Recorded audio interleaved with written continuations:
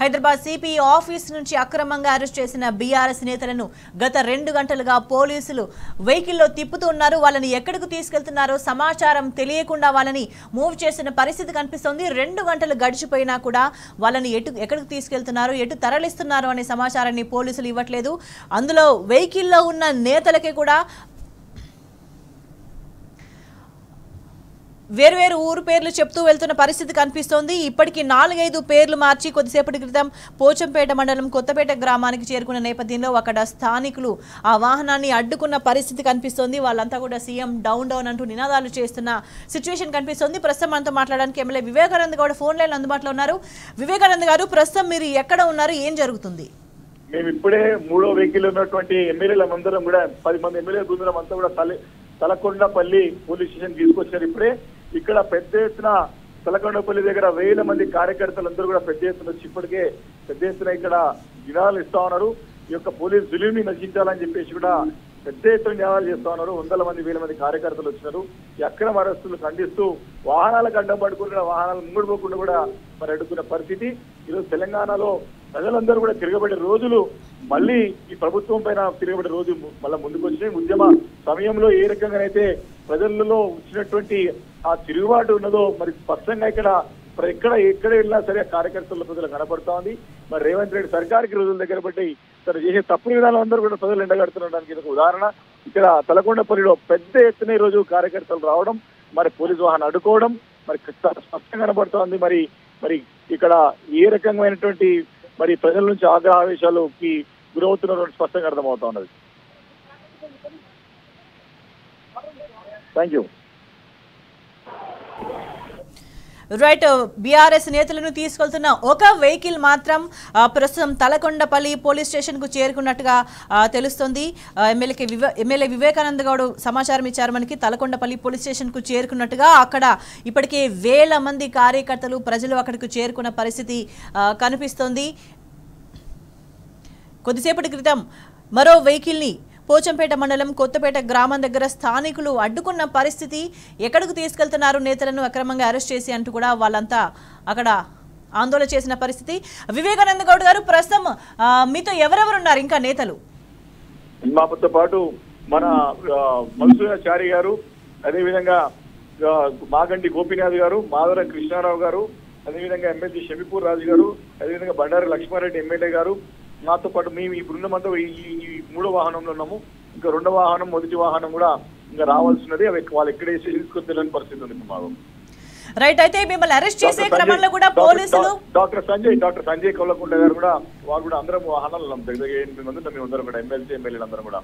Right Vivekanand గారు, అయితే మిమ్మల్ని అరెస్ట్ చేసే క్రమంలో కూడా పోలీసుల వ్యవహార శైలి, వాళ్ళ ప్రవర్తన చాలా దురుసుగా కనిపించినాయి. ఎట్లా చూస్తారు? ఇది పూర్తిగా రేవంత్ రెడ్డి గారు పోలీసులని పావులుగా వాడుకుంటానికి ఇది ఒక నిదర్శనం. ఈరోజు జరిగినటువంటి సంఘటనలన్నీ కూడా వారి సమక్షంలోనే ఈరోజు మన కౌశిక్ రెడ్డి గారి ఇంటి పైన దాడి, వారు చెప్పి వచ్చి దాడి చేస్తా ఉంటే కూడా వీళ్ళు ఆపలేని పరిస్థితి, దాన్ని నియంత్రించలేని పరిస్థితి ఈరోజు కనపడతా ఉన్నది. అదేవిధంగా ఈరోజు మేము అక్కడ వీరిపైన ఖచ్చితంగా 307 సెక్షన్ కింద కేసు బుక్ చేసి వారిని ఖచ్చితంగా అరెస్ట్ చేయాలని చెప్పేసి మా డిమాండ్ తో పాటు ఎవరైతే తప్పు చేసినటువంటి అధికారులు వారిపైన చర్య తీసుకోవాలని ఏసీపీ మేము కోరిన డిమాండ్ చేసినాం.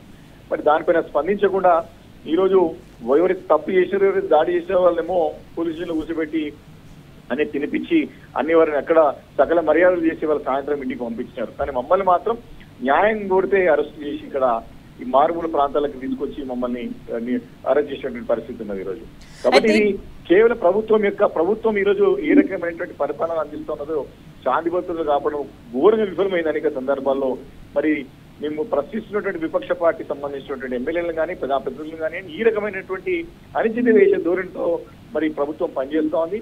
మరి ఇది రేవంత్ రెడ్డి యొక్క అసమర్థ పరిపాలనకి ఇది ఒక అర్థం పడుతుందని చెప్పాల్సిన అవసరం వచ్చింది.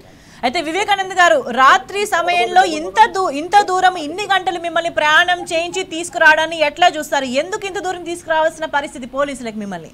ఈ రోజు ప్రజల నుంచి పెద్ద ఎత్తున తిరుగుబాటు కనపడుతా ఉంది. ఈ రోజు చాలా క్లియర్ గా, చాలా స్పష్టంగా మనకు తెలుస్తా ఉంది ప్రభుత్వం తప్పు చేస్తా ఉంది. మరి విపక్ష పార్టీ బాధ్యత గల విపక్ష పార్టీగా, మా అపోజిషన్ పార్టీగా మా గొంతుని ఇవాళ నిరోధిస్తే వారు భయపడి మరి ఈ రకమైన అణచివేతకి పాల్పడుతున్నారు.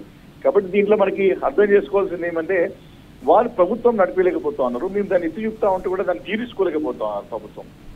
కాబట్టి ఇంత దూరం తీసుకొచ్చినా కూడా ఇంత మారుమూల గ్రామం తీసుకొచ్చిన ప్రతి గ్రామం ఏ గ్రామం వెళ్ళినా సరే ప్రజలు కార్యకర్తలు స్వచ్ఛందంగా ముందుకు వచ్చేసి దీన్ని ఖండిస్తా ఉంటా ఉంటే మరి దీన్ని బట్టి అర్థమవుతోంది పాలన ఘోరంగా విఫలమైంది. ఈరోజు రేవంత్ రెడ్డి గారి ప్రభుత్వం చేస్తుంటుంది ప్రతి ఒక్క పని కూడా అన్ని వైఫల్యాలు ఇచ్చిన వాళ్ళు ఎన్నో హామీలు ఇచ్చినారు, ఎన్నో గ్యారెంటీలు ఇచ్చినారు, ఒక్కటి కూడా నెరవేర్చలేదు. రాక పరిపాలన కూడా సత్యక్రమం చేయలేకపోతా ఉన్నారు. కాబట్టి ఈ రకమైనటువంటి మరి పరిపాలన రాష్ట్రంలో కనపడతా ఉంది. మరి డెఫినెట్ గా భవిష్యత్తులో దీన్ని మూల్యం ప్రభుత్వం చెల్లించక తప్పదు.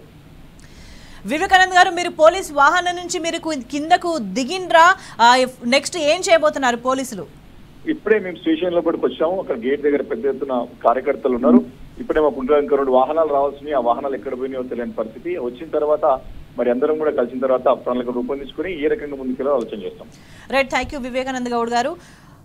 బీఆర్ఎస్ నేతలను అరెస్ట్ చేసిన వెహికల్స్ లో పోలీసులు అక్రమంగా అరెస్ట్ చేస్తూ తీసుకెళ్తున్న వెహికల్స్ లో ఒక వెహికల్ మాత్రం ప్రస్తుతం దాదాపు 2 గంటల పైన ప్రయాణం తర్వాత సిటీకి చాలా దూరంగా తలకొండపల్లి పోలీస్ స్టేషన్ కు చేరుకుంది. అక్కడ కొంతమంది బీఆర్ఎస్ ఎమ్మెల్యేలు ప్రజాప్రతినిధులు ఆ వాహనంలో ఉన్నారు. వాళ్ళు ఇప్పుడే పోలీస్ వెహికల్ దిగి పోలీస్ స్టేషన్ లోపలికి తీసుకెళ్లినట్టుగా తెలుస్తుంది. ఇంకా మిగతా 2 వెహికల్స్ ఎక్కడికి వెళ్ళినాయి అనే దానికి సంబంధించి సమాచారం రావాల్సి ఉంది. కానీ ఇప్పటికే తలకొండపల్లి పోలీస్ స్టేషన్ దగ్గరకు వేల సంఖ్యలో బీఆర్ఎస్ కార్యకర్తలు, స్థానికులు, ప్రజలు చేరుకున్న పరిస్థితి కనిపిస్తోంది. అక్కడి నుంచి దృశ్యాలు మనం లైవ్ లో చూస్తున్నాం.